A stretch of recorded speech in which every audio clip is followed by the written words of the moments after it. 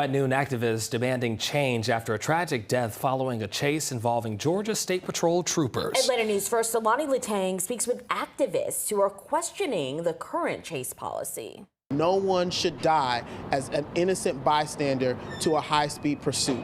It doesn't make sense. A family is grieving the loss of a woman and praying for 3 others who got seriously injured after a deadly chase involving Georgia State Patrol on Monday. The individuals that they are oftentimes engaging pursuits over, the only suspected crime at the time is speeding or some sort of traffic violation. Police say they tried to pull over 26-year-old Freyshawn White because they had been speeding down I-20. The chase ended at a gas station on Hill Street with the driver hitting a car, killing 51-year-old Chatanna Patterson, who stood outside. She had been a teacher whose family says she was the glue that held them together.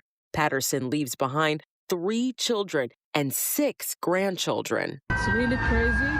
3 other people got hurt. Devin Barrington Ward with the Black Futurist Group is speaking out against high-speed chases. This woman's family will never be able to see her, again because of the actions of the individual who they were pursuing, but also the actions of law enforcement. And I believe that law enforcement should be held to a higher standard than the individuals that they are chasing. According to Georgia State Patrol pursuit policy, last revised in 2019, officers must exercise great care while also considering the nature of the offense, plus existing traffic conditions. Policy states that it must be understood not every violator will be caught, adding that in some situations, the most professional decision is to end a pursuit. After a deadly GSP chase last year ended in Little Five Points, the Atlanta City Council unanimously passed a resolution calling for pursuit policy changes within GSP.